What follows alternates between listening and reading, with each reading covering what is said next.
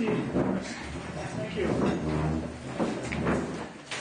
Pledge allegiance to the flag of the United States of America and to the republic for which it stands, one nation, under God, indivisible, with liberty and justice for all.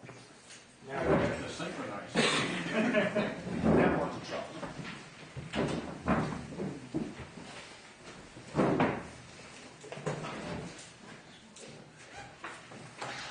Did you want to be heard? Sure. Well, You want to hear me? yes. Absolutely. Now's your opportunity. You didn't stand. You didn't have a room full of Democrats to impress? Down at the state of the county address, where they did Mr. Hines this thing. Yes. Democrats who sat in front of me. Yes. In the next row with your honorable Jerry Wank. Yes. Did you all stand for the Pledge of Allegiance? He was the first one to stand up. There you go. You know? But then you come to town and you don't. You don't get it, do you, Jeff? Okay, I am here. I'll take a little bit more than 2 minutes, but okay. I am here on behalf of the American Legion in Woodstock. Time's up. Yeah, I wish it was. They had a meeting. They're upset about some things. They were going to put it in the paper. They were going to do this, that, or the other thing. I said, no, I will go to the town board and let them know. I'm not going to read about it. We're going to go directly to it. All right, just very, very briefly. Let's be clear, Terry, you're going to read about it anyway. Yeah, fine. This is consensus of the executive committee, and better that I come here and say it than maybe some others. American Legion, it's a fraternal organization we have here in town. It's been around since the late 40s. Okay, it's we have two subsidiaries. We have the Sons of the Legion, the auxiliary, and we have a post over on Hillcrest Avenue. I'd like to think we've really turned the corner from some years ago, and think of us as quite a benevolent association.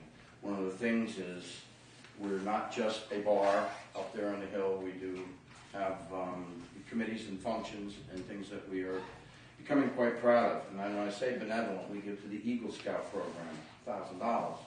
We give Special Olympics, Boy States, Meals on Wheels, the Loan Closet locally, Woodstock Christmas Eve program, Woodstock Fire Company fireworks, sponsor a child at the rec field. Used to give to the Wounded Warriors. We don't anymore. You can ask me about that later. Albany VA Hospital, the special programs and especially their Christmas situation. Sponsor 2 Little League teams, both in Woodstock and West Hurley. We do a scholarship at Ani North Central School for $500. We have a $8,000, we hold it, but it's county-wide, emergency fund for needy vets. We have our Honor Guard, which through, like the postman, either wind or rain or snow, go out and do the Honor Guard for the funeral for the vets in Woodstock. The Sons of the Legion also.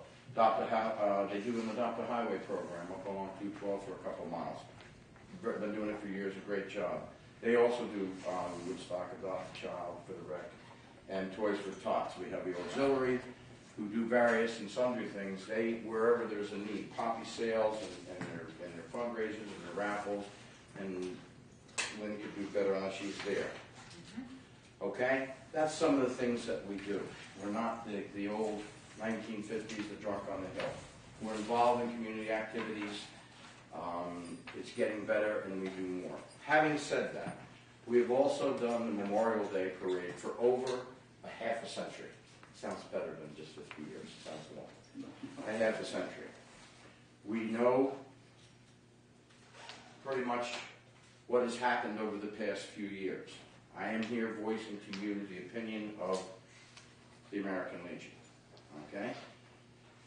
We have never, ever asked for or solicited any money from the town of Woodstock. Ever.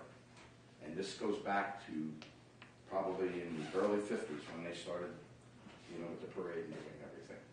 As a matter of fact, the city supervisor at one point we met, we used to come up, they'd have the money, we'd sign it, and to share in the expenses of the Memorial Day program what we did. In fact, one time Jeremy said, it's not enough. We should raise it. You guys deserve more for what you do. Am I correct? I remember raising it. Huh? I remember raising it. He did raise it, okay? We did not ask for it. We did not solicit it. The finances were used to share in the expenses of Memorial Day, and the first meeting in June, we always pick our person for our scholarship at Amiora, and any extra money that we have would go towards that scholarship, okay? I don't know exact number of years, maybe Jay would know, but one time it popped up one year. Jay was somewhat upset, I think, about the amount of money. Jay is a member of the Veterans for Peace, and it's no secret to anybody that there was some friction. They didn't like the way we did the memorial ceremony. They did their own. We believed we have one mission for Memorial Day, all right? And that's a commemoration ceremony for our deceased veterans, our departed comrades. That's our mission, okay? We don't believe in bringing politics into it. There was a difference of opinion, and there's 364 other days that you can do that. We look at it as a little bit more sacred, okay? So, I don't know, again, just how long ago it was. Jay wanted to know what we were spending the money on. What is the Legion doing with that money? How is it broken down? Okay, the first time that came up, it raised the hair on the necks of a lot of people in the Legion because it was an insinuation, and they were insulted by that. I've spoken to you about it, Jay, and they were not happy. We don't need the amount of money that we share from the town, you know, and we don't need to beat the town at anything. I gave an entire breakdown on what was spent, and it came over the amount that you were giving. So, supposedly that put it to bed. Over the years, now I've been in the Legion for 44 years, okay, and we received this financing. It's not financing. We figure the share in the expenses from the town. So we signed a name. I know years ago the line item was Memorial Day, and that was it. Okay. Not long after that, I went up one time and it was time to get the money, and I was told, "Where are your receipts?" What receipts? What do you want with the receipts? I don't know. We've never, ever, in over 50 years, have we ever been asked for a receipt. Again, the insinuation. And it aggravated some of the Legion members. A lot of the Legion members. So I dug around and had to go back, get all the receipts, so on and so forth. Okay? I think it would have been last year, the town board had a resolution that we will reimburse the Legion for the flags and the flag holders that they buy. That's our participation. All right? And it's not so much. There was an addition to that. Go ahead. With balance between that and the 2,000 to be donated in the name of the Legion to the VA hospital and that other place in Elmville that never responded, Samaritan. Okay? Yeah, they did actually. Hmm? They did What? respond, the Samaritans. They did? Yes. So, I had spoken with Jeremy about that, said if that's the way it is, okay, fine, I go back. It's been a sore spot in the Legion ever since. Again, they feel insulted. It's not so much of what happened, it's probably the way it happened. And old wounds don't heal that easily. I think the way they feel is that the insinuations was an attack on our integrity. We're a very benevolent association, as I told you before. We've done our thing. We've never asked for anything. It has worked for someone, and it's like we're not going to go under over this. But the way it's all come down over the past years, and you know it, Jay, you and I have spoken about it. We don't agree on a lot of things, but at least we can speak. We're not happy about the way you did it. Okay? So here's the final thing on this. Our mission is a commemorative ceremony at the memorial Woodstock Cemetery.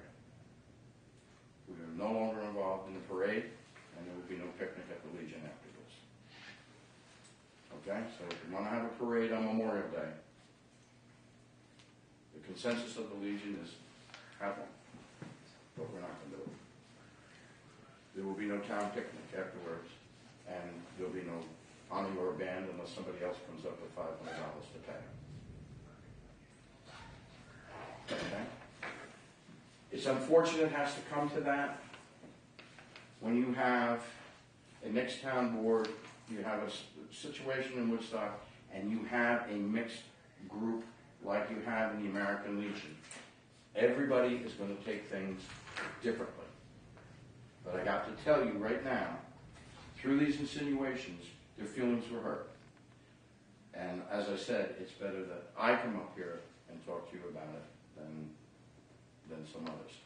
And there's, I don't know if it's irreparable harm, but there has been, there's been a wound open there, and they said, fine, they will do, the American Legion, I'm part of it, we will do our commemoration ceremony like we always do. And that's it. Okay? Any questions? I'm here to be, have you shot at me? I don't No, care. I'm not going to take a shot at you. No. But I'm going to ask you, since I feel very responsible for some of this, to... Personally, I don't hold you responsible. Well, no, but listen, this is the hot seat, so I accept it. But I would like to, before you make this decision irrevocable, at least have an opportunity to come to your Legion and have a conversation with you about it. I would ask the same thing, Terry. I mean, this is news to us. I had no idea that there were hard feelings. I'm glad you came. I wish you'd come a year ago, or whenever this started, because it shouldn't have gotten to this level. And I won't speak for the rest of the board, but I mean, I never once in my mind was there any thought that, oh, gee, we have to watch every penny these guys spend. We are under the gun a little bit with Albany coming down and wanting receipts for every little thing. You know, Mike's got a call for 3 bids now every time he wants to buy a nut. So it is a little ridiculous. But probably nobody on this board ever thought. You all voted for the resolution. Well, but again, I thought that was all something that was worked out. Well, we were hoping. You and I had talked. You know that it would rankle some tempers.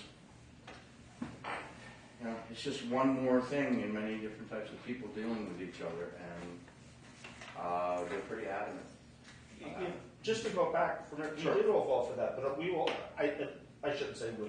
I was under the assumption, I was under the belief that this is something that had been talked about and negotiated, and this was an agreement that was reached. Right. It wasn't well received. Okay, on And what we weren't aware, I wasn't aware. No, well, Well, listen, Terry, can I cooler say minds this? often prevail, but things like this will fester. Again, Right, you've got some very proud yes. But listen, vets Terry, that have been, you know. I really do want to come speak with them. They can be as angry at me as they want. I'm not asking anybody to be polite or to throw tomatoes at me. But I think that you would agree that when I attend that, which I agree is a very sacred ceremony, I think you know that I bring my whole heart to Absolutely. it. So I will bring my whole heart to this meeting. And I'll be quite honest with you, my object will be to try to save our parade and to save this community participation in what I think is a very sacred event. So if you would arrange that, I would, and ASAP, I mean, I will put Yeah. anything aside to come and be part are of this. you, Jeremy, are you planning to do this on your own or with board members? I'd like to go speak with him myself first, because I feel as, you know... Because, well, I'd like, speaking for myself, Mhm. I will not look to avoid catching anything that comes my way. I will be a full participant in whatever goes on. As you stated, we have some differences of opinion. Yeah, as you know, Jay, I'm not pot shooting you. You and I have talked about this at length, and you know where it came. And this has been, a back and forth over the years.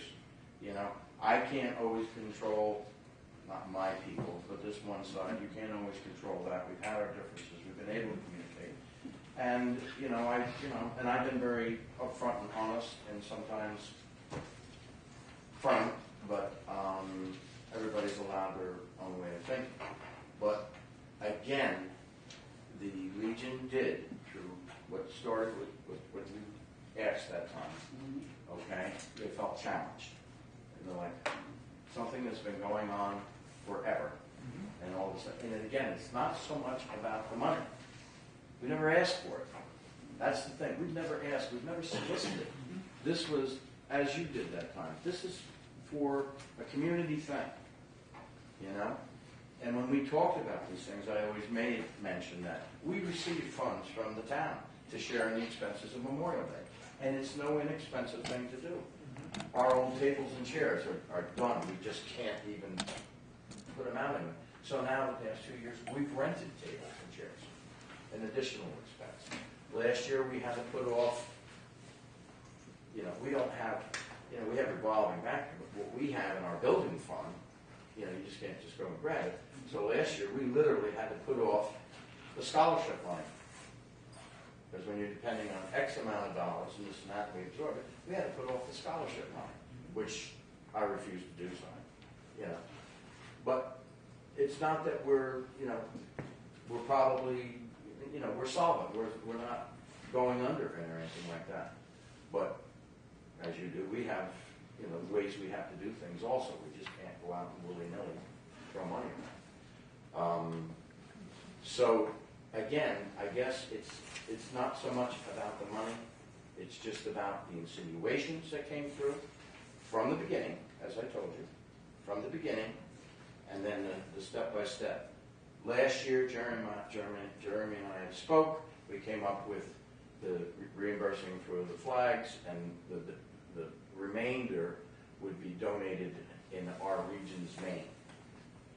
For some reason, that didn't sit well. I can't explain to you the inner feelings of a lot. Some of these vets are very proud, and the integrity in their minds has been somewhat challenged, okay? And this is exactly why I'm not going to write a letter to the town. I'm going to come to you and say, this is what's going on.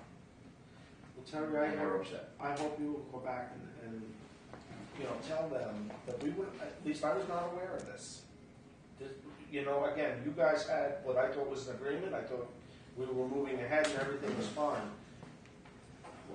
Wasn't aware that there was an issue here. So I really hope that you can convey to them that, we should at least sit down and have a conversation. Because I have nothing but great respect for your members and your organization. And we shouldn't be in this state. No. And again, I want to repeat that I will not shirk responsibility to anybody, any group, anywhere, anytime. If I want to, if it's acceptable, I want to participate. I want to answer questions. I want to, whatever it is that you want, I will be there. And if not, okay, but I'm also... To be perfectly honest with you, Jay, there's a lot of different personalities in here. And I'm also wanting some to people's say mind you're not the before- most popular. So I think, and I'm just saying this, I'm being straightforward like I always am. I'm just saying maybe it would be better off. I understand.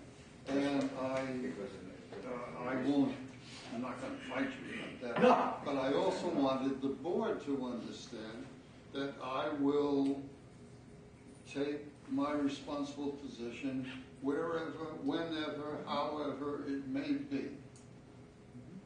I'm not going to run from anything like that. We have disagreements, some of which we understand, some of which we may not. And, but I am... Well, like I say, I'm not pot shooting, Jay, because I go right to him right off the bat. He knows.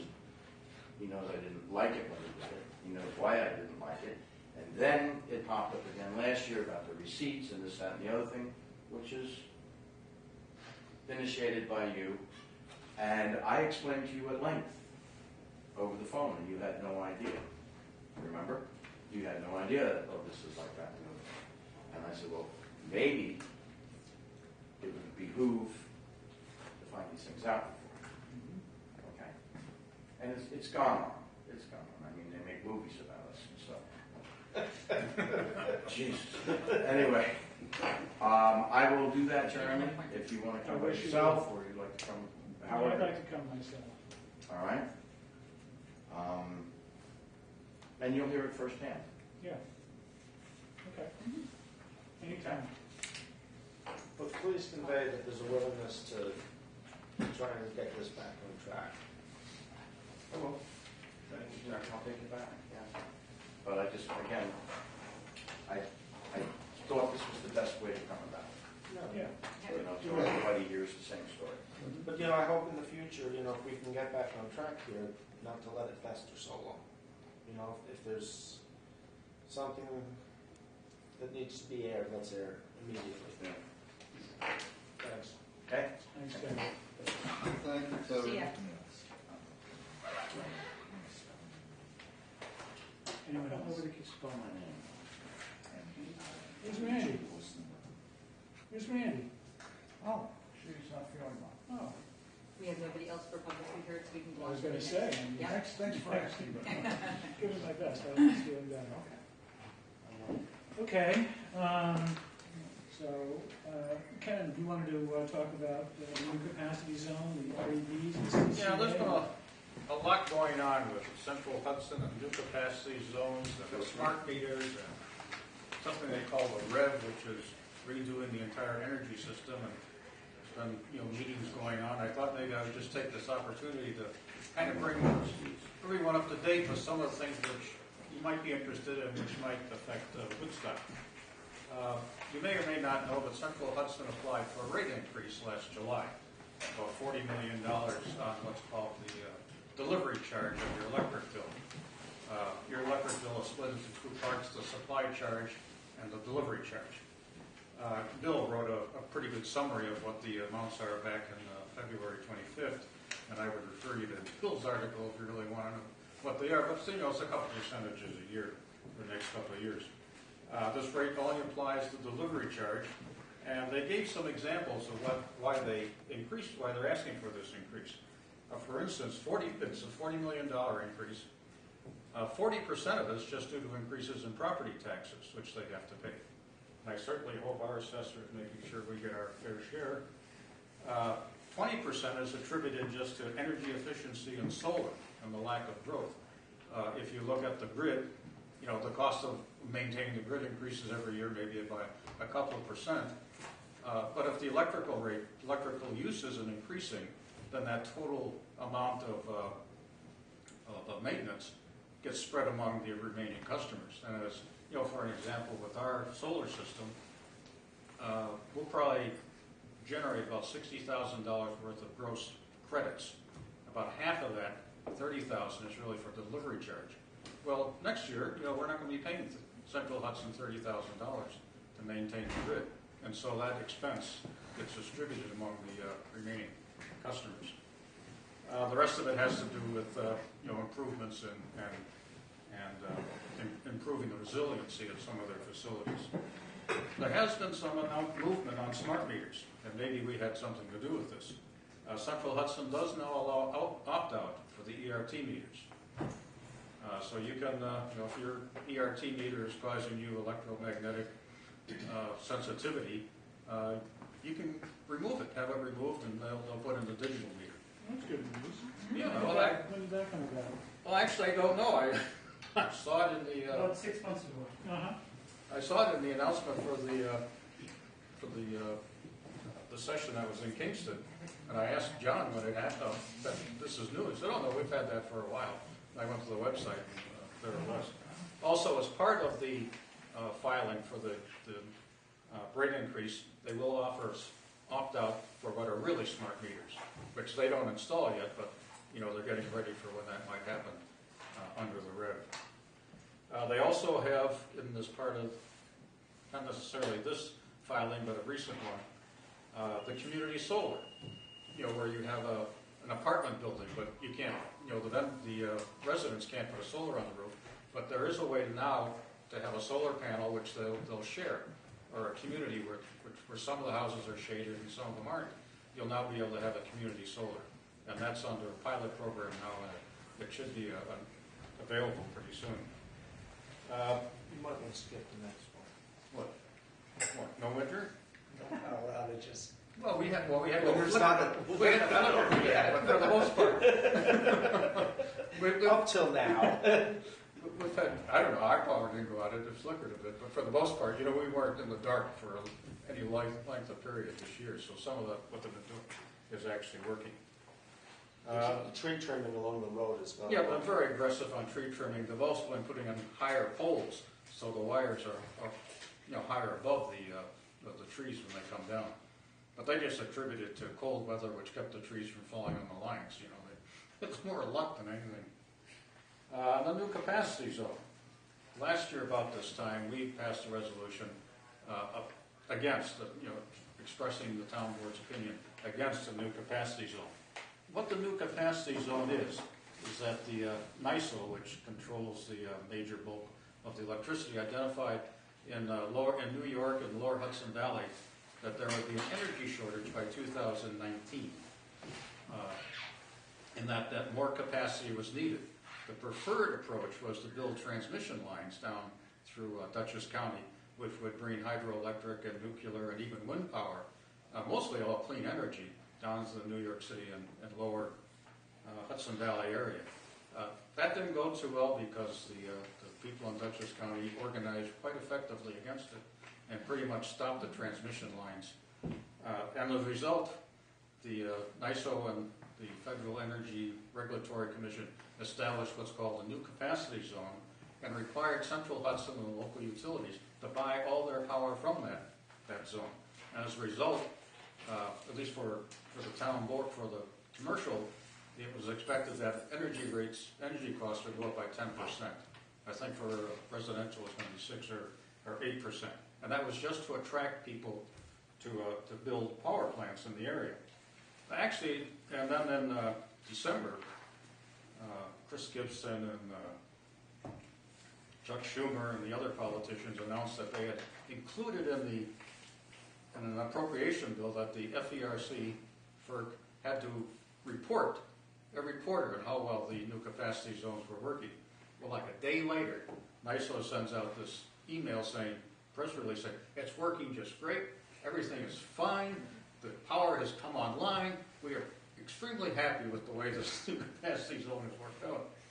And some of the things that happened was that Danskammer, which is a power plant, was the worst polluting coal-fired power plant on the East Coast. And, Clearwater and Sierra Club and Riverkeeper have been trying to shut it down for years. Well, Superstorm Sandy came along and flooded it and quenched the fires. And the owners at that point said, well, we'll just scrap it.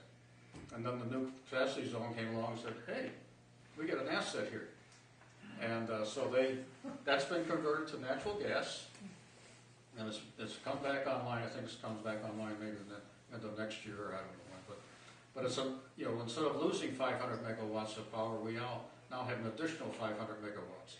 Same thing happened down at a place called Bowline, which is down in Haverstraw. They had a 557 megawatt gas turbine, which they were going to scrap. And now that's come back online.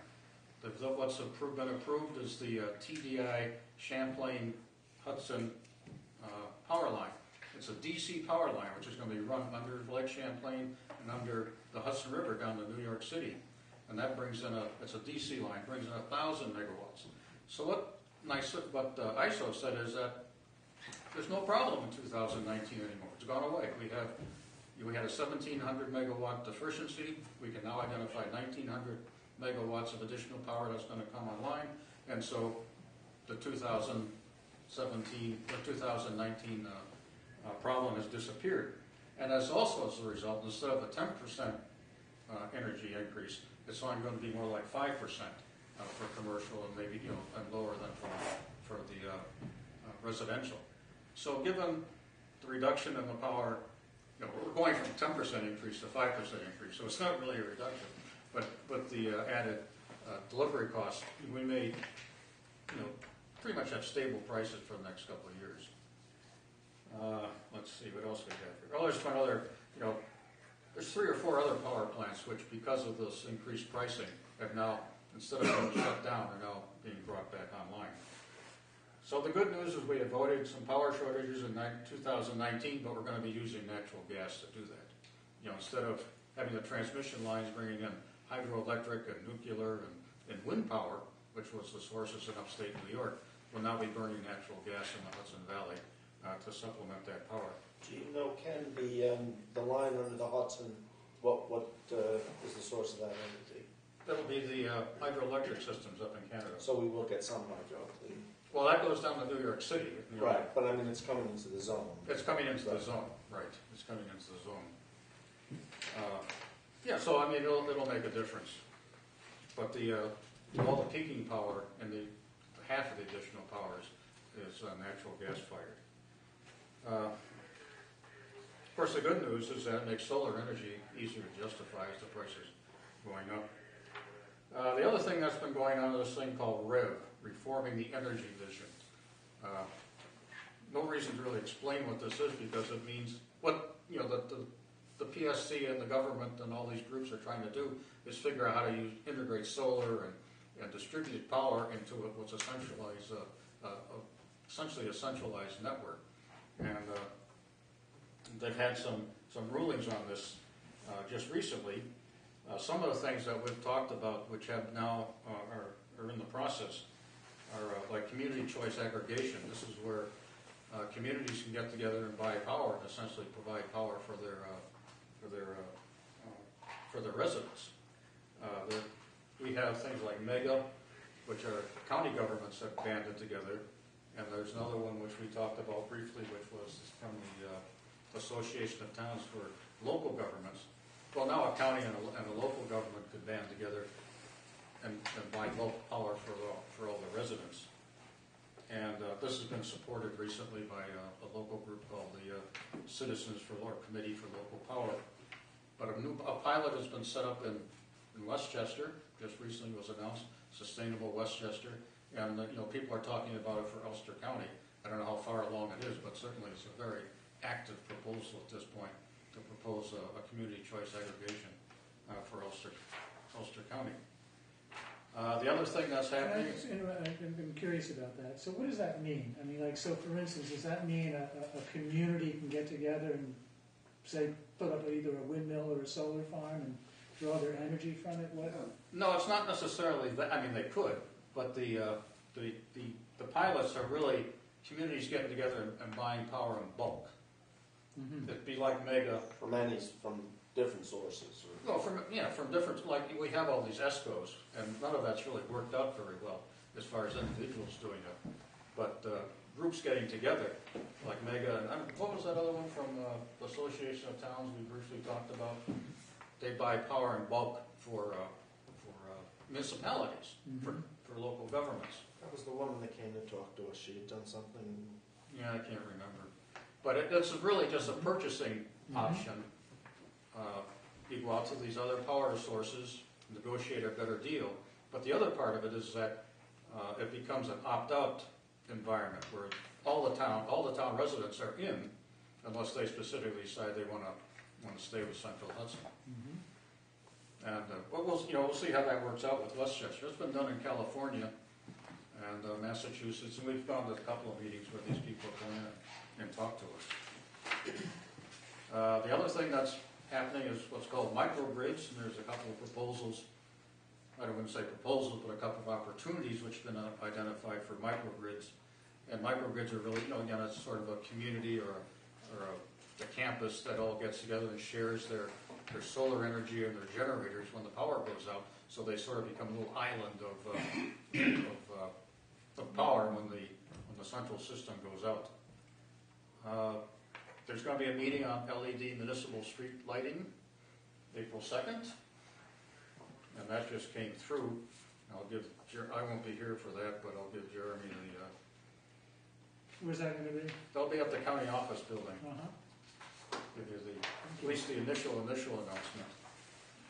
And they're gonna bring people in to talk. You know, we've had several communities, including ourselves, have looked at using LED lights in our street lights. And we ran into some problems with Central Hudson. So this is sort of a meeting so everyone can share their experiences and maybe get some answers on doing that.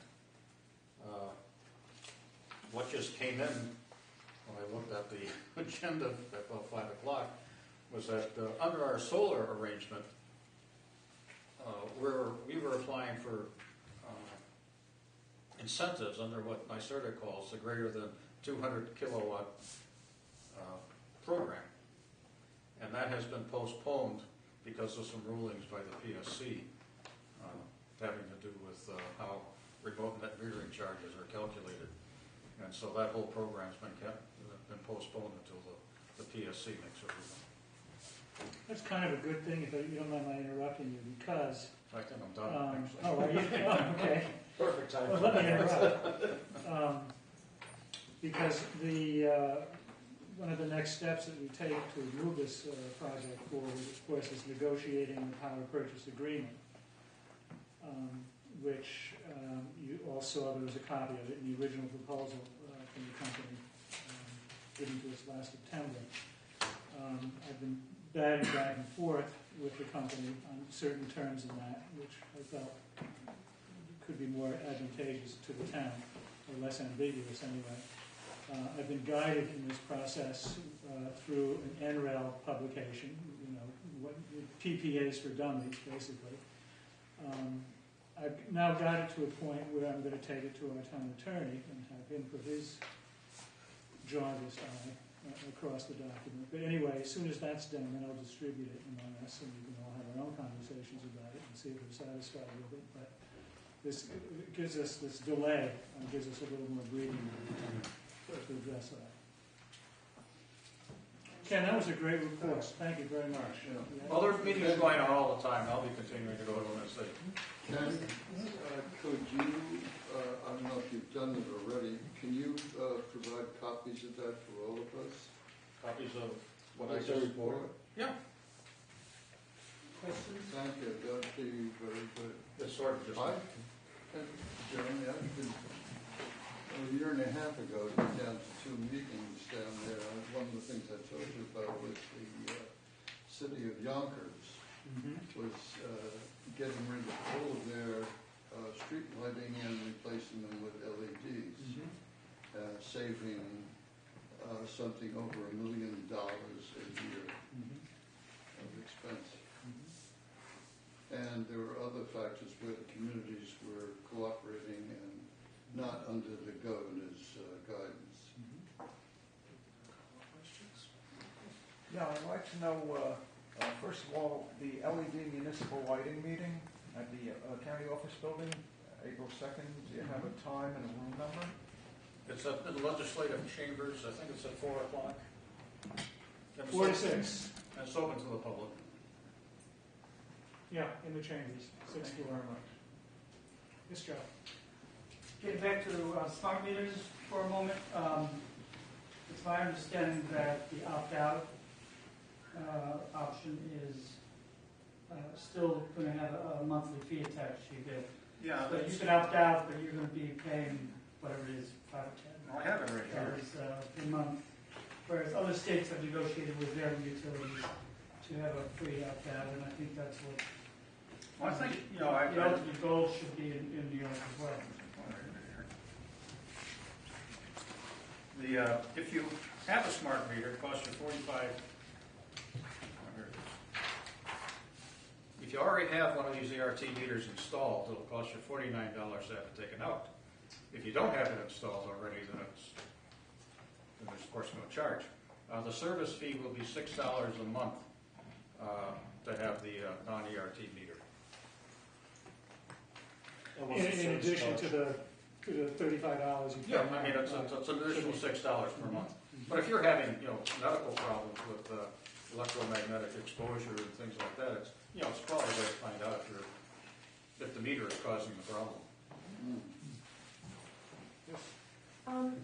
Ken, you said that you would looked at LED used for Woodstock's town lighting, but there was a problem with Central Hudson. What were the problems with Central Hudson? I'll refer to the supervisor for that explanation. Well, if you look at an electric bill, we get 3 electric bills for our streetlights. We have 2 lighting districts, and then the general fund has 36 poles that has lights on it. And the bills are unlike all our other electric bills, because our other electric bills look very much like the electric bill that you get for your home electric. But the way that they charge for the streetlights in the town of Woodstock, anyway, is you pay a substantial. Most of the money is paid for just for the pole, not the electricity, the pole. I want to say, and it's been a while since I looked at all these numbers, but I want to say about 80% of the electric bill is just for the poles and not the electricity.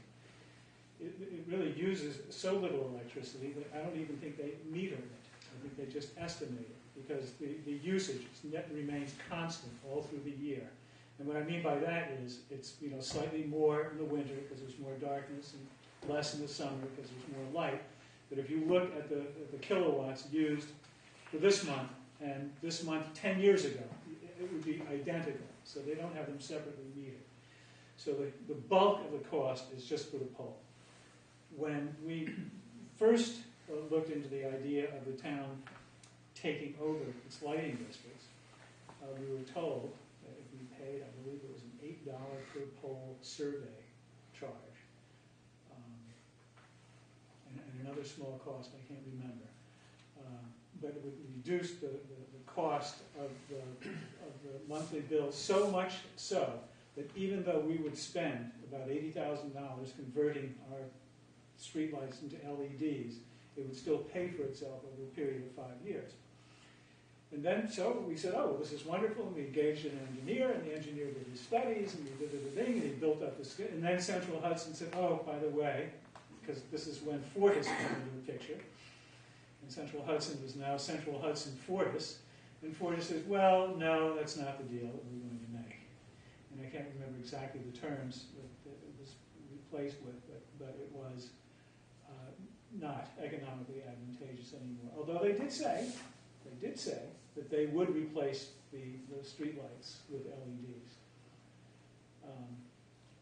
We should push them on that because the street lights that we have are very unreliable. Well, I still want to see if there's going to be any change at the PSC, which allow us to just take over the lighting. There was something in the paper a week and a half ago about Central Hudson starting to do that very thing in Ringwood. Mm-hmm. Put the LED lights up. Yeah. On their own, they're doing. Right. Yeah. But I guess they still want to make that exorbitant rent Yes. month after month after month. Right. Yeah. Right. Why don't we And just send, maybe that's what we'll end up. why don't we just send fire to these people? Now you're talking. Thank you. There's a headline.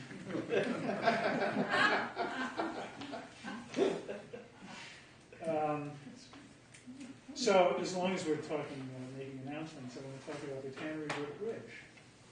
As some of you may have noticed, the south sidewalk on the Tannery Brook Bridge on Route 12 has been closed off for some time. And it's because a great big hole is sitting in the middle of it. And you can now look at the stream through a whole different perspective if you wish. So I called the DOT in Kingston, and they forwarded the issue right down to the Poughkeepsie office. And Poughkeepsie sent up their inspectors and engineers and looked at the situation, and I got this call yesterday, and they said, this is what they said to me, who walked on that sidewalk for 60 years, who remembers climbing over, it was a different fence then, but climbing over the fence that used to protect the pedestrian from falling into the stream, and hanging onto the side of the curb and putting our toes on a 24-inch I-beam. That's how we would cross the stream. They tell me that sidewalk is not theirs. It's not theirs. They tell me that they built that bridge and they have no idea where that sidewalk came from. So I said, oh, well, that's very interesting. So, as the town clerk knows, first I went back to 1929, 1930, when that bridge was built, to see if there was anything said about that. Nothing. And then I went to 1949, when the water district was being constructed, to see if that had anything to do with it. No, there's absolutely no mention in it. In 1976, there is a mention, and I want to say this was a real nostalgic trip, these old meetings, my God. But in 1976, what was then New York Telephone Company came to the town and said that we want to run our telecommunications underground from their street to Maple Lane. So, of course, that's going right under the Tannery Brook Bridge. In fact, when we go under the Tannery Brook Bridge and look up, you can see under the sidewalk portion of the bridge numerous conduits carrying, I guess, these telecommunications. There was nothing in the town board minutes to indicate that they were seeking the town's permission to go under its sidewalk, if we were to believe the DOT. So, anyway, there's a little dispute going on as to who owns that sidewalk. I imagine it's not going to be settled too quickly. I have engaged some state officials to advocate on our behalf, and I'll report more as we go along. But in the meantime, we can't just leave that thing the way it is. So what is being proposed for the nonce is to just create a wooden plank walkway over the, and let's face it, it's a very crummy blacktop sidewalk anyway. But that's perhaps what our next step will be, to so that we can continue using it as a sidewalk. All these other things are being looked at. So actually, let's just confer with Jay for a minute. Jay, what we're proposing is that we would lay down on either side a piece of 5/4 by 6 pressure treated, and then a 2 by 6 or a 2 by 8 pressure treated over that, which would be 5 foot wide, and would screw it on each side. And that would kind of span the humps and dips and whatnot. But there may be some flexing on it.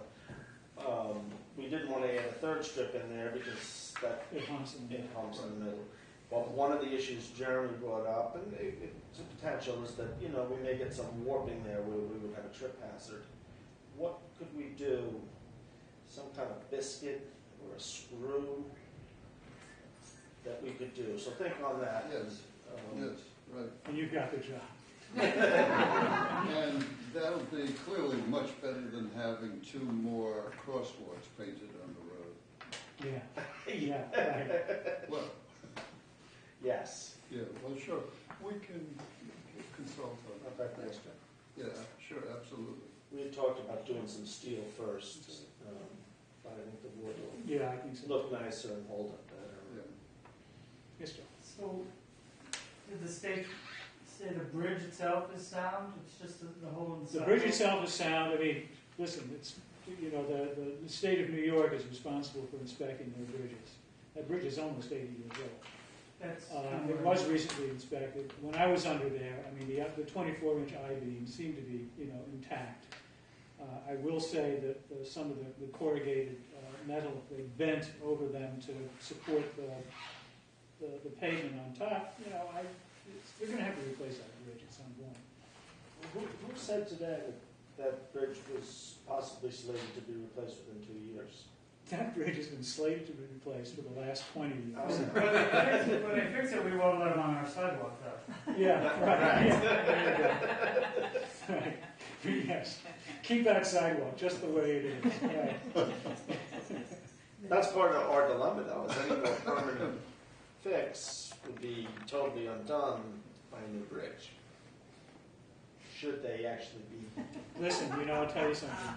It would be great news if they were going to replace that bridge. Right. It would be terrible news if they were going to replace that bridge. Think of the hell when that bridge is replaced. Think about it. Think of the hell when they replace that bridge. Well, listen, as long as we're giving the courts, let me share something. It's not on the agenda, but something that I've been working at. Because, let me step back. In 2010, I believe it was, the 2000 becoming effective when was Cuomo first elected? 2010. And he enacted the so-called tax cap legislation. And it came into effect 2011. And in fact, that was the year that the town board had to adopt special legislation because it was adopting a budget that exceeded the tax cap. So that was our first acquaintance with the tax cap. When in 2011 we had an election here, and I chose to participate, and this tax cap, legislation was very much in the air. I do remember saying throughout that entire campaign that, because I'm not a supporter of this tax cap stuff. To me, it's the death of infrastructure, but that's another issue. But I did say that, because the town was still, quite sort of annoyed that, that there was a significant tax increase that there had been that year, and having to break the cap and everything else. And I said, if I had a choice between keeping under the cap and not meeting the needs of my constituents, I'm going to break the cap. I'm just telling you, I will break the cap. I just feel that your needs are more important than the political exigencies of the city of Albany. And that's my feeling about it then, it's my feeling about it now. Now, in practice, the three budgets that we presented since that time have all fallen under the cap. However, there's another little tidbit in that legislation, which said that by June of 2015, the town must show an efficiency plan.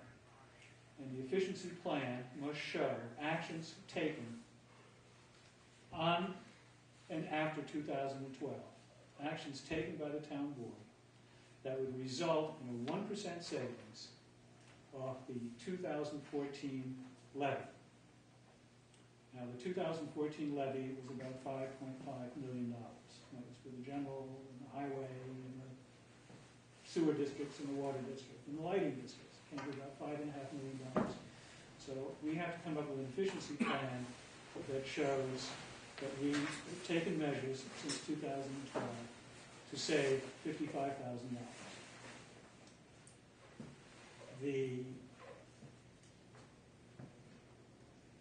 If we fail to do this, let's talk about this first. If we fail to do this, everybody in this room who is a primary homeowner living in the school districts may remember that check, which came, I'm sure by pure coincidence, just days before the election, from the state of New York, for the $12 or $26 or the $22, because the Ontario school system adopted a budget that remained under the cap. And so this was the state of New York rewarding the school district and giving you $22 or whatever it was, because the school district would behave. So if the town behaves, you can expect it would be a smaller check. If you got 22, this will be 8, something like that. So if the town stays under the cap and presents an efficiency plan, you will get a check sometime just before the election for $8 or whatever from the state of New York. That's if we play and do all this correctly. If we don't submit this efficiency plan, well, all bets are off and you ain't getting $1 million. So, I just wanted to say that I've been working, I was aware of this from the day that I took office, and I can tell you that this town board, unanimously, all working together, have taken the steps, and we will be able to present an efficiency plan that will show a savings of at least $55,000, and in fact more, off the 2014 levy. And I just want to say this in honor and respect of the workers of this town. Most of these savings comes from a labor agreement that was negotiated in 2012. Councilman Wank and I were the team, and the negotiating team on this endeavor, where the employees of the town gave back on several terms. One was there was an increase in their contributions to healthcare. Another was a significant decrease in their longevity increases, pay. And another was in medical buyouts, to name but three. I think there was a fourth one, but I can't think of it off the top of my head. I'll do my Rick Perry. Oops. Anyway, the significant amount of these savings came from the employees of the town, who at that time recognized the financial straits and the financial constraints that the town was under, and who, in good faith, negotiated with the town to help it over these hurdles. So it is primarily because of that that this is so, and that you are going to get your check for $8 just before the election from the state of New York. But I just say that really deep appreciation for the employees of this town. One of the greatest pleasures of this job is working with this organization. It really has tremendous people working for it. And this is just, I think, one example of just there being full participants in town affairs and town concerns and like that. That's it. Anyone else want to add? Should we do some business? Yes, and not two announcements. Oh, two announcements. Oh, announcements. Yeah.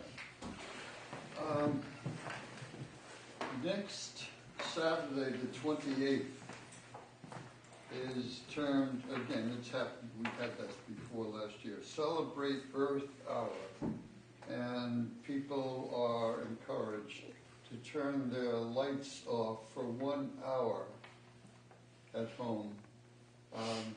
Not during the day, I would suggest during the night. To reflect that they are involved and interested and very much in favor of saving this environment that we all share. And so just 1 hour on the 28th. The other thing that I wanted to mention is that yesterday is a very unhappy anniversary. And I believe that, well, for myself, I would rather know about things than not. Knowing about pleasant or unpleasant business makes my life more meaningful. Yesterday was the anniversary of the Mile Massacre, where close to 600 women and children were shot, burned to death, raped, slaughtered.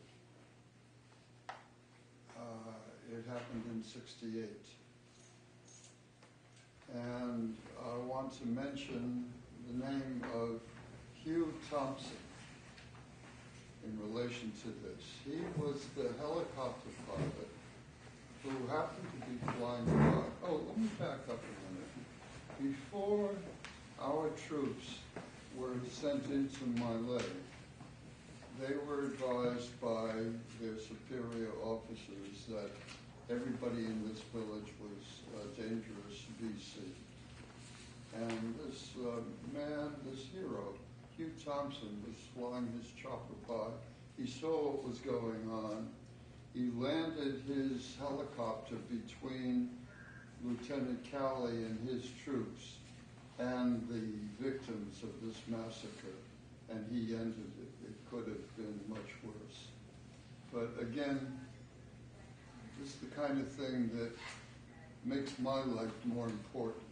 Not necessarily happy, but more important to know and remember these sorts of things that were done in our name. And those are my two announcements.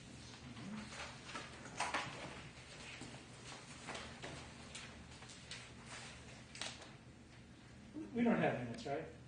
Miss Jackie, you're going to do minutes? Right. That's what I thought. Okay. We're not going to do minutes, people. So, be it resolved to accept the town clerk's report. Second. In favor? Aye. Be resolved to authorize transfers per the transfer sheet. Second. In favor? Aye. Be it resolved to authorize payment of audited vouchers in the amount of $335,426.83. Do I hear 84? All in favor? Aye. Be resolved to authorize the supervisor to sign change work orders 13, 14, 15, and 16 with one-way construction new total for contract 2B, $969,220.76. All in favor?